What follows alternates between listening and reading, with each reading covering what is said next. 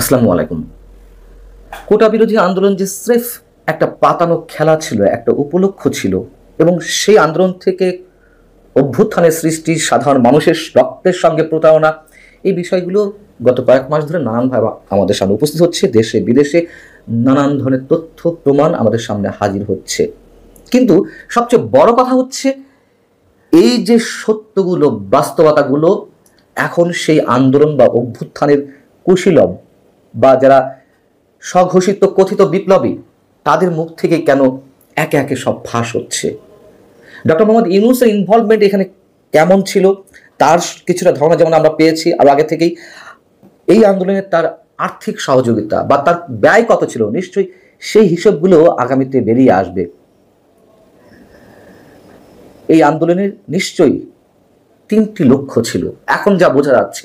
প্রথমত, শেখ হাসিনাকে উৎখাত করা, শেখ হাসিনা সরকারকে উৎখাত করা। 2 নম্বর হচ্ছে রাষ্ট্র ক্ষমতা নিজেদের দখলে নেওয়া আন্দোলনকারীদের। 3 নম্বর হচ্ছে মুক্তিযুদ্ধের ইতিহাস ধুয়ে মুছে ফেলা। সবকিছু তো এখন প্রমাণের পথে, এবং বলছে মানুষের সঙ্গে প্রতারণা। মানুষ বৈষম্যহীন সমাজ প্রতিষ্ঠার যে স্বপ্ন তাদেরকে দেখানো হয়েছিল, সেখান থেকে তো নেমেছিল। মানুষ কতটা পেয়েছে, তাদের স্বপ্ন কতটুকু বাস্তবায়ন হয়েছে, এটি সবচেয়ে বড় প্রশ্ন। ডক্টর মোহাম্মদ ইউনূসের ভাষ্য অনুযায়ী যিনি মাস্টার মাইন্ড এই আন্দোলনের, সেই মাহফুজ আলম সরকার তথ্য সম্প্রচার বিষয়ক উপদেষ্টা, তিনি শুক্রবার তার ফেসবুক স্ট্যাটাসে সরাসরি মুখ খুলেছেন এই অভ্যুত্থান কিভাবে গড়ে উঠেছিল, কোনটিকে উপলক্ষ করা ছিল। তিনি বলছেন, এবং অনেকে এই বিষয়গুলো জেনেছেন নিশ্চয় তার স্ট্যাটাস সম্পর্কে, তারপরেও শেখ হাসিনা সরকারের বিরুদ্ধে যেমন নানান বিষয় আমাদেরকে আলোচনা রাখতে হয়েছিল, এখনো এই বিষয়গুলো আমাদেরকে আলোচনা রাখতে হবে। তিনি বলছেন, দুনিয়ার কোনো অভ্যুত্থান বা বিপ্লব পরিকল্পনা না করে হয়েছে।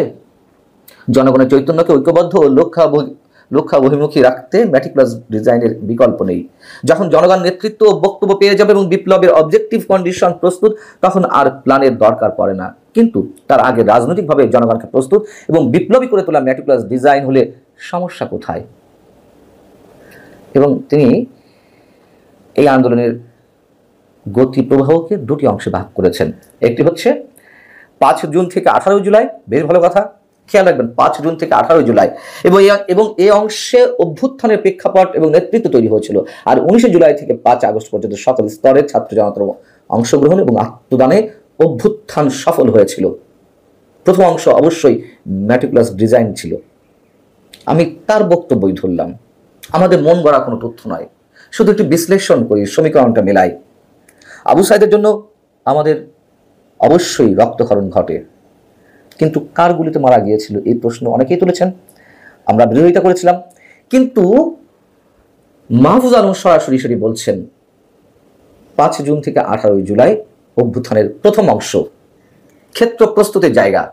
তাহলে আবু সাইদ নিহত হলেন 16 জুলাই 2024।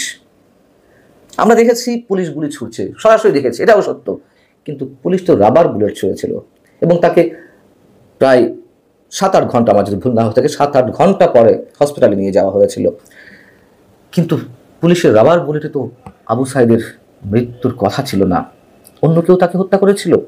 ক্ষেত্র প্রস্তুতের জন্য লাশ প্রয়োজন, সেই কারণে, এবং সেদিন থেকেই তো আন্দোলন তুঙ্গে উঠল। আমি এই কথাগুলো বলছি মাহফুজ আলমের যে বক্তব্য, সেখান থেকেই যুক্তি খণ্ডনের জন্য। এবং পরের অংশে তিনি কৃতিত্ব দিয়েছেন বিপ্লবী ছাত্র জনতার, অর্থাৎ ওই সময় সাধারণ মানুষের ইনভলভমেন্ট করতে শুরু করে, মানুষ আস্তে আস্তে রাজপথে নামতে শুরু করে। সেই আন্দোলনকে আরও তীব্রতর বেগ দেওয়ার, গতি দেওয়ার একটি ডিজাইন নিশ্চয় ছিল। একের পর এক লাশ, মুগ্ধ কাদের গুলিতে নিহত হয়েছিলেন। স্নাইপার রাইফেলের ব্যবহার কেন হলো, কাদের হাতে গেল, কারা দিল স্নাইপার রাইফেল, এই প্রশ্নগুলো অনেক আগে থেকে উঠেছে। এখন সেগুলোকে জায়েজ করলেন মাহফুজ আলম নিজেই। আমি বলছি না তখন পুলিশের গুলিতে সাধারণ ছাত্রদের কেউ মারা যায়নি। অবশ্যই আমাদের মনে আছে তৎকালীন স্বরাষ্ট্রমন্ত্রী আসাদুজ্জামান খান কামালকে ওয়ারি জোনের একজন ডিসি, তিনি মোবাইলে ফুটেজ দেখাচ্ছেন, স্যার একটা একটা করে গুলি করা হয়, মারা যায়, আবার বাকিগুলো দাঁড়ায় পড়ে, এগুলোও ঘটেছে। কিন্তু ম্যাসিভ আক্রমণটা কাদের পক্ষ থেকে ছিল, সেই বিষয়টি কিন্তু এখন মাহফুজ আলমরা নিজেই আমাদেরকে প্রশ্ন করার সুযোগ তৈরি করে দিচ্ছেন। বিএনপি নেতারা, শিবিরের নেতারা তো স্পষ্ট বলেছেন কোথায় কোন পুলিশকে কারা হত্যা করেছে। সিরাজগঞ্জের 18 জন পুলিশকে হত্যা করে যে গাছের সঙ্গে ঝুলিয়ে রাখা হলো, সেটি বিএনপি নেতারা দাবি করছেন যেটি আমরা করেছি। মেট্রো রেল বিটিভি ভবনে আগুন দেওয়ার বিষয়টা তো এনসিপি নেতারা সরাসরি টকশোতে উচ্চারণ করছেন। আমাদের কিন্তু আর বিশ্লেষণ না করলেও চলবে। যে বিষয়টি প্রথমে উল্লেখ করছিলাম, ডক্টর মোহাম্মদ ইউনূসের ইনভলভমেন্টটা কেমন ছিল, সেটিও নিশ্চয়ই আমরা আশা করছি খুব শীঘ্রই বের হবে, এই বিপ্লবীদের মুখ থেকেই বের হবে। তার কারণ কয়েকটি প্রমাণ তো এর মধ্যে পাওয়া গেছে।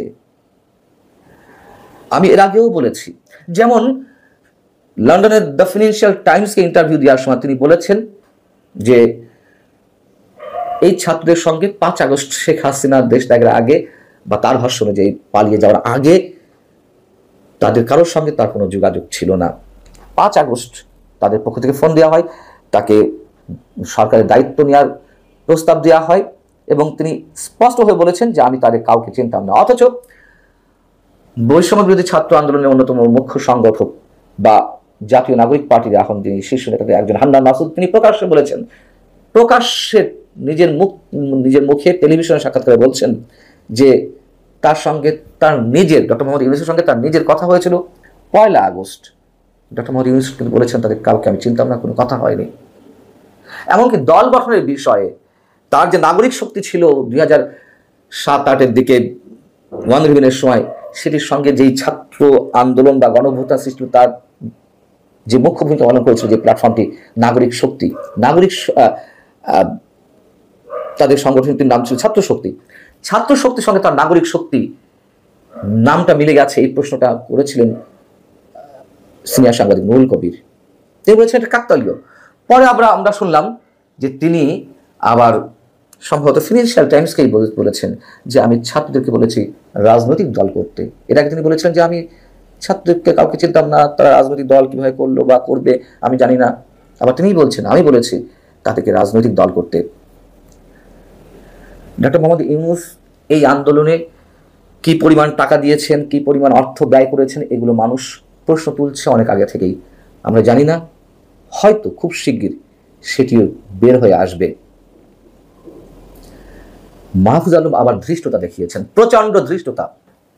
তার স্ট্যাটাসে আবারও আমাদের মুক্তিযুদ্ধকে খাটো করার একটা সুযোগ পেয়ে গেছেন এবং তিনি যথারীতি করেছেন। তিনি বলছেন যে ম্যাটিকুলাস ডিজাইনের সমস্যা কোথায়। পাকিস্তানি স্বৈর শাসকদের বিরুদ্ধে ম্যাটিকুলাস ডিজাইন করে আগরতলা ষড়যন্ত্র, 69 গণঅভ্যুত্থান, 71 মার্চ মাসে অসহযোগ আন্দোলন ইত্যাদি ইত্যাদি হয়েছে, তাহলে 24-এর গণঅভ্যুত্থান ম্যাটিকুলাস ডিজাইন হলে সমস্যা কোথায়? তিনি কোথাও বলছেন যে সিরাজুল আলম খান, তাজউদ্দিন, শেখ মুজিব, সিরাজ শিকদার, ভাসানী, তারা যদি ম্যাটিকুলাস ডিজাইনের অংশ হয়ে পাপ বোধ না করেন, কি ভয়ঙ্কর কথা, তাদেরকে পাপ বোধ করতে হবে। তারা না করলে 24 আন্দোলনে যারা ম্যাটিকুলাস ডিজাইন করেছেন তাদের ভিতরে কোনো পাপ বোধের সৃষ্টি হবে না, সে কথাই তিনি বলতে চেয়েছেন। আবারও সে 71-এর সঙ্গে 24-এর সঙ্গে তুলনা। আরে 71টা একটি স্বাধীন ভূখণ্ড নির্মাণের জন্য সংগঠিত হয়েছে, স্বতঃস্ফূর্ত মানুষের আন্দোলন ছিল প্রতিটি ধাপে। এখানে তো ম্যাটিকুলাস ডিজাইন করে মানুষদেরকে আনা হয়েছে। এবং অবশ্যই বলছি, আওয়ামী লীগের অনেক পরিবারের সদস্যরাও এই আন্দোলনের জন্য অংশ নিয়েছিল, অবশ্যই নিয়েছিল। শেখ হাসিনার 15 বছরের দুঃশাসন তারা ক্ষুব্ধ হয়ে একটা সময় নেমেছিল, কিন্তু তাদের সঙ্গে তো প্রতারণা করা হলো। 71টা তা ছিল না। আমি ধরে নিলাম যে 71-এর সঙ্গে তিনি তুলনা করছেন। আচ্ছা, সাধারণ মানুষের স্বপ্ন কি ছিল বা তাদেরকে কি স্বপ্ন দেখানো হয়েছিল? কোনো কোটা থাকবে না, স্বপ্ন পূরণ হবে, কোনো বৈষম্য হবে না, গণতান্ত্রিক সমাজ ব্যবস্থা হবে, মানুষ ভোট দিতে পারবে। একটা কিছু হয়েছে 71-এ। আমি তর্কের খাতিরে আবারও বলছি যে সমপর্যায়ে নিয়ে যাওয়ার পরেও বঙ্গবন্ধু, ভাসানী, সিরাজুল আলম খান, তারা যে স্বপ্ন এঁকেছিলেন, স্বপ্ন বুনেছিলেন, স্বপ্ন দেখিয়েছিলেন মানুষকে, তারা কথা রেখেছেন। তারা একটা স্বাধীন ভূখণ্ড দিয়েছেন, বঙ্গবন্ধুর নেতৃত্বে দেশ স্বাধীন হয়েছে। তারাই ম্যাটিকুলাস ডিজাইন দিয়ে কি দিয়েছে মানুষকে? নিজেদের স্বার্থ সিদ্ধি করা ছাড়া, নিজেদের রাষ্ট্র ক্ষমতা দখল করা ছাড়া। আমরা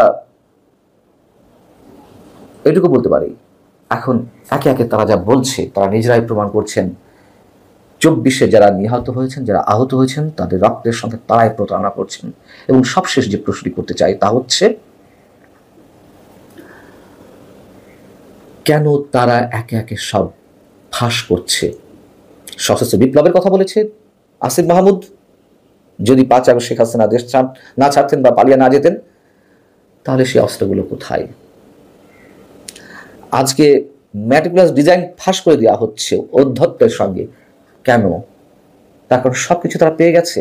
তারা এখন যা ইচ্ছে বলতে পারে, যা ইচ্ছে করতে পারে। এই যে কারণ নেই, কারণটি কি এটি? আমরা অপেক্ষায় থাকবো, মানুষও অপেক্ষায় থাকবে নিশ্চয়ই আরো অনেক কিছুর জন্য। সেটি তার পক্ষে যাক, কারোর পক্ষে যাক, কিংবা বিপক্ষে যাক, অবশ্যই সমীকরণটা সাধারণ মানুষকে মিলাতে হবে। ভালো থাকুন সবাই।